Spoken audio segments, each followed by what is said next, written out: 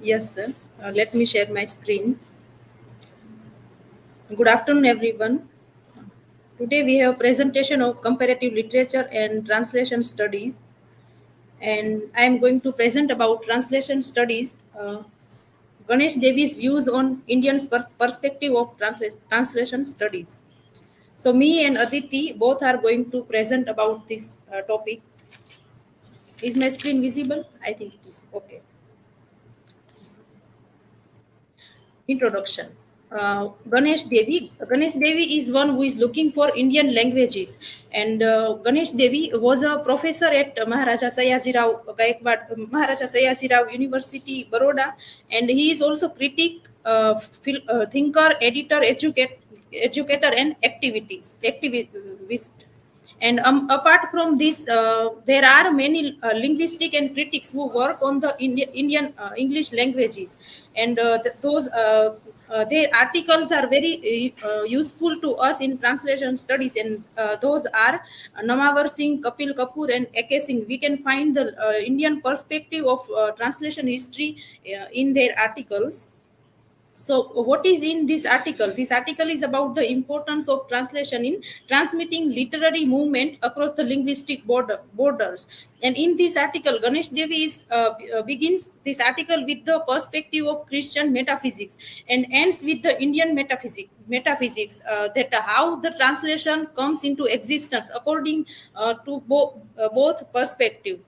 Various acts of translation include the origin of literary movements and literary traditions. Translations are widely regarded as unoriginal, and aesthetic of translation have received little attentions. So, in this article, Ganesh Devi has mentioned that according to Christian Western views, translation is a very unoriginal, or they believe in the idea of the other or the origin. The article is start with the very quotation like translation is the wandering existence of a text in a perpetual exile, because Christian mythology is believe in fall, exile, and wandering. So through that we can say that they are not believing in translation in a positive way, because they are seeing it as a fall or exile. Christian myth post Babel crisis. So, the biblical story of Tower Babel in the book of Genesis is one of the most famous mythological stories in the Bible.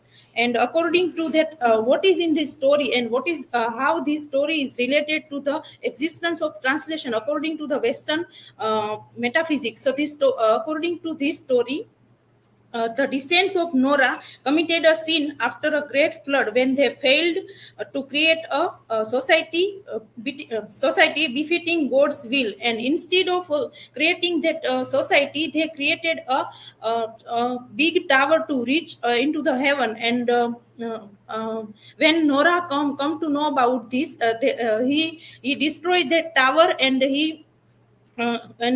after committing this sin, they said to the descendants that you are not able to speak any languages, and if you have to create a new language to understand each other. And from this, it is believed that from this the translation of the language is coming. So this is the view of Western metaphysics that Ganesh Devi has at the very beginning of this article mentioned. Now, okay, in Western metaphysics, translation is an exile, a fall from the origin, and the mythical exile is a metaphorical translation, a post Babel crisis, as we have seen the story of this translation.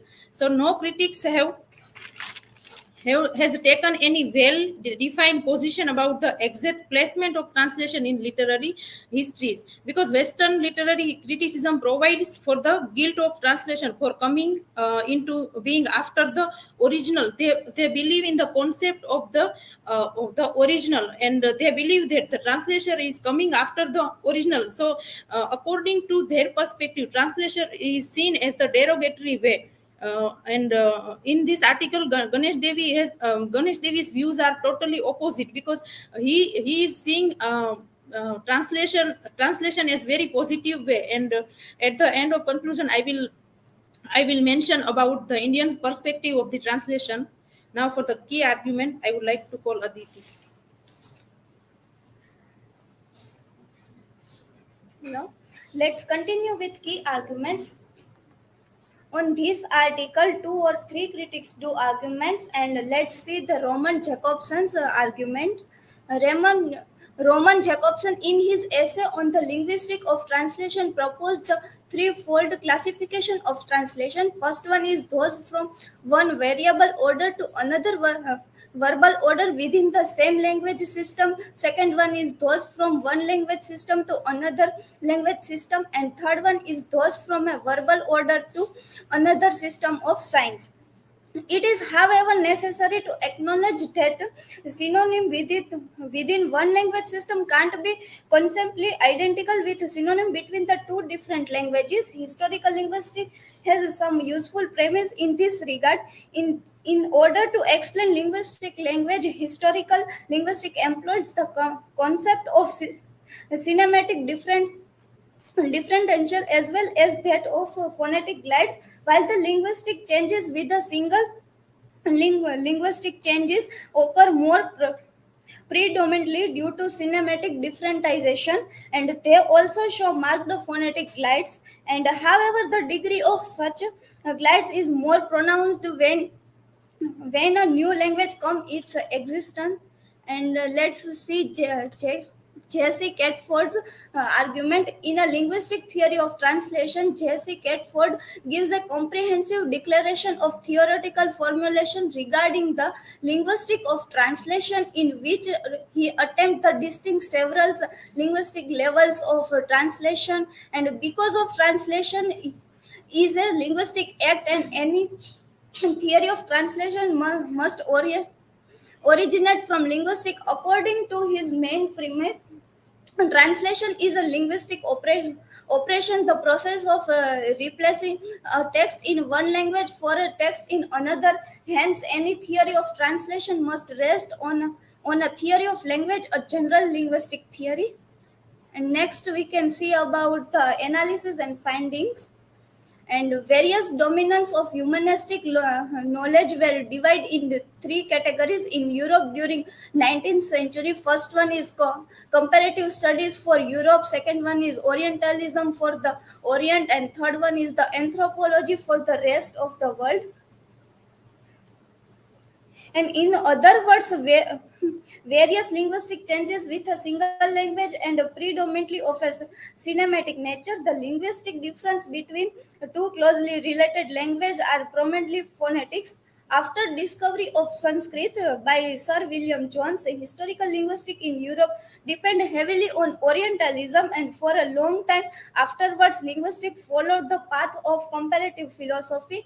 And following Sir William Jones' discovery of Sanskrit, historical linguistics in Europe became increasingly reliant on Orientalism. And the problems in translation study, the translation problem is not just a linguistic problem, it is an aesthetic and ideological problem with an important bearing on the question of literary history. And literary translation is not just a replication of a text in another verbal system of signs, it is a replication of an ordered subsystem of signs within a given language in another corresponding ordered subsystem of signs within a related language.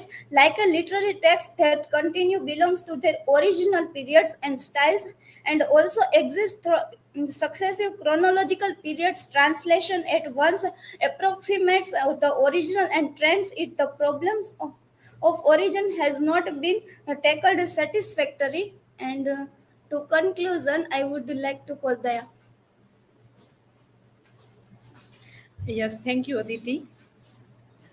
So to conclude, we can say that in this article, at the conclusion of this article, Ganesh Devi has mentioned, has given a very interesting metaphor to the translation. He says that translation is like a soul, and as a soul passes one body to another body, and by passing that, soul does not uh, does not lose their essential significance. And likewise, translation, if we translate from one language to another, from Gujarati to English, we cannot lose that essence, because it is very necessary to translate one language from another. Comparative literature means that there are regions of significance that are shared across two related languages, as well as area of significance that can never be shared. The true taste either is the writer's capacity to transform, to translate, and to restate, to revitalize the original. And in that sense, Indian literary traditional traditions are essentially traditions of translation. So translation is seen in this article very positive way by Ganesh Dev. Thank you, everyone.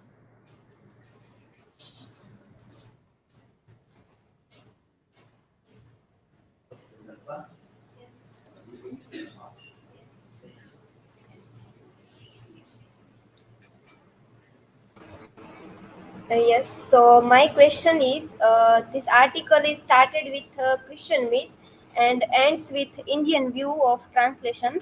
So, according to you, which way is best for looking at translation?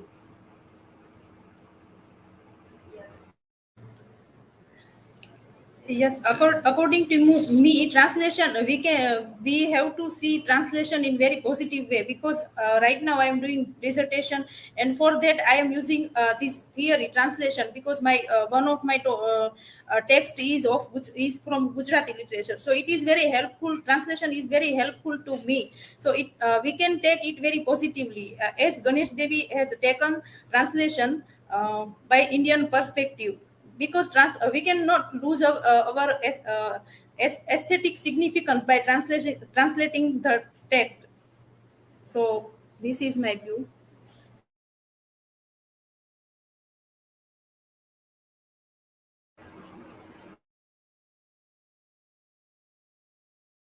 Okay, my question is that why William Jones is known in today's time. William Jones is now known in today's time for making and propagating the observation about the relationship between the Indo-European languages. And while he is studying the Sanskrit language, he developed the idea of a common source for languages, and that he is proved to be his great achievement to all, and for that he is known in today's time also.